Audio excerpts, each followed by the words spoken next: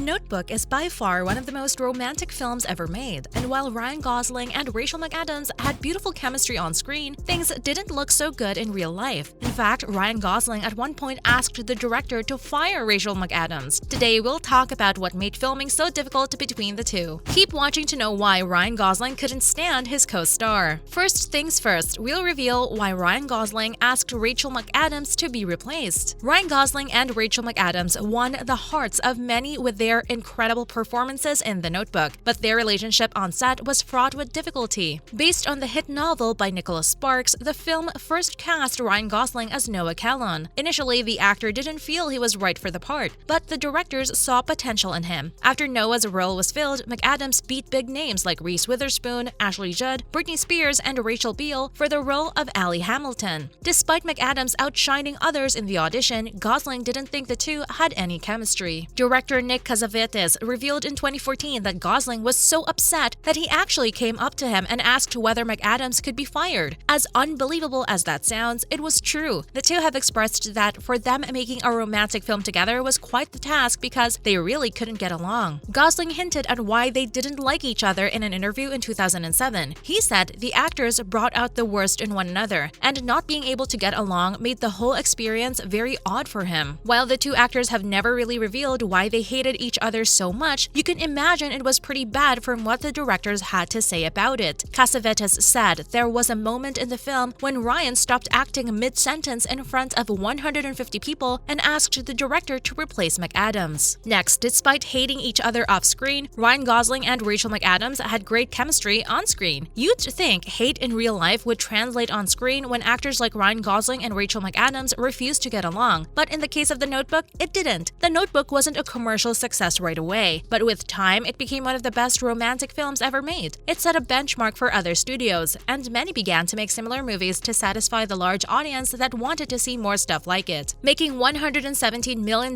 worldwide, the film was the 15th most grossing romance film ever made because it was just that good. The actresses' chemistry was also so believable that fans couldn't help feeling the actors shared some of the traits of their characters. If you've seen the movie, you'd know that it's impossible to imagine the film casting anybody other than Ryan Gosling and Rachel McAdams. Not only did they have a sizzling chemistry, they brought Sparks' characters to life in a way that they deserved. To this day, it is one of the most successful adaptations made from the literary works of Nicholas Sparks. It was also the writer's first published work, so he got really lucky with both the film and his book. The film, in fact, was so loved that the late basketball player Kobe Bryant once searched for the iconic blue dress worn by Rachel McAdams in The Notebook for his wife. It was his way of saying he wanted to grow old with her like Allie and Noah. So McAdams and Gosling achieved more than just a film. They won the hearts of millions with their performances. Now let's talk about how Ryan Gosling and Rachel McAdams developed a better relationship after Screaming. Nobody wants their lead actors fighting on set, disrupting the filming that rests solely on their shoulders, so the director took Gosling and McAdams into a room with the producer to settle their dispute. Once the actors settled in the room, they began yelling and screaming at one another in a heated discussion. While the director didn't reveal what the actors were fighting about, he did say things improved after that. It seems expressing the extent of their discontent solved all their problems because the actors started dating right after they finished filming The Notebook. Their relationship was made much more famous by the fact that they also starred as a couple in The Notebook. At one point, Ryan Gosling expressed his gratitude for being in The Notebook because it introduced him to Rachel McAdams, who he called one of the greatest loves of his life. The two won MTV's award for Best Kiss and forever changed the tradition of accepting the award. They recreated the kissing scene from The Notebook and won the crowd over once again. Now it's expected to see the winners of this award kiss each other. Naturally, fans compared the two with their roles in The Notebook, but Gosling revealed that his relationship with McAdams was much more romantic than what you see in The Notebook. Despite the fact that Gosling was no longer together with his co-star at the time of that interview, he had nothing but good words to say about his former girlfriend. Moving on, let's talk about actors who were replaced or fired from films they were working on. Being fired is possibly one of the worst experiences you can experience, and it's even worse for actors who have already landed a part. Acting can be an uncertain profession, and here is a list of actors who had to face rejection after getting a part in the film. First up, on number 1, we have Dennis Hopper. Dennis Hopper was almost Kristoff in The Truman Show. The actor is no small name and has been one of the best-known villains acting opposite Keanu Reeves in films like speed. You might also remember him from Blue Velvet. Hopper landed the part for Peter Weir's The Truman Show, but his performance on set was allegedly so unsatisfactory he had to be fired. Producers were unimpressed by his version of the character and did not like how he kept forgetting his lines. After he was fired, Ed Harris filled the role and has since then made the character popular. Next, on number 2, we have Sean Young. Sean Young is perhaps best remembered for her role in Blade Runner. She played the iconic femme fatale character of Rachel in the classic movie. Since then, the actress has faced many rejections from film roles, including the film Dick Tracy. She lost the role of Tess Trueheart to Glenn Hadley, and while it isn't clearly known what really happened, it was said she didn't fit the role. The actress later revealed that she was actually turned down because she refused sexual advances from Warren Beatty. While Beatty denies her allegations, the two never worked together on this film. Now on number 3, we have Terrence Howard. Terrence Howard played the role of Rhodey in Iron Man, which was the MCU's first movie. While the actor's performance was great and it was insinuated he would have a part in another movie, that never happened. The reason why Howard wasn't cast again was salary conflict. Apparently, Howard was required to work for less than the amount listed in his contract, making it difficult for him to continue working for MCU. Some speculations also say he blamed Robert Downey Jr. for not standing up for him, and so he was eventually replaced by Don Cheadle. Moving forward, on number 4, we have Megan Fox. Megan Fox was part of the first 2 movies and live-action Transformers movies. The role kickstarted her career to new heights, and she became a popular actress. The actress was sadly fired soon from the other films in the franchise because of comments she'd made about the director in an interview. While Michael Bay received the comments less aggressively, Steven Spielberg didn't like what Fox had to say and had the actress dropped from the Transformers movies. Up next, on number 5, we have Ryan Gosling. Lovely Bones was a film adapted from a rather popular novel of the same name. It was directed by the critically acclaimed director Peter Jackson, who also made the Lord of the Rings films. Ryan Gosling initially got the role of a father grieving his missing daughter, who was actually murdered. Gosling was so engrossed in the role that he made drastic physical changes to fit the part he was playing. He grew a beard and became 60 pounds heavier. Things didn't go to plan, and a conflict with Jackson had him fired from the film. Mark Wahlberg replaced the actor, but the film didn't do as well as it had been planned. Being fired went in Gosling's favor. Finally, on number 6, we have Annette Bening. Everybody remembers Catwoman from Batman Returns as one of the most iconic performances ever seen. Michelle Pfeiffer made Tim Burton's 1992 film even more amazing, but she wasn't the original casting choice for the role. It was Annette Bening. The actress would have been the Catwoman we remember today had she completed filming. Unfortunately, she had to quit because she discovered she was pregnant. After the actress left the filming of Batman Returns, the role was open to multiple iconic celebrities like Madonna and Cher, but the role ultimately went to Michelle Pfeiffer, and we'd say things turned out well. While we're sure Bening would have brought a fresh perspective on Catwoman, Pfeiffer sure didn't disappoint in her absence. That's a wrap for this video. What did you think of The Notebook? Please give this video a thumbs up and subscribe to our channel for more videos like this. See you at the next one.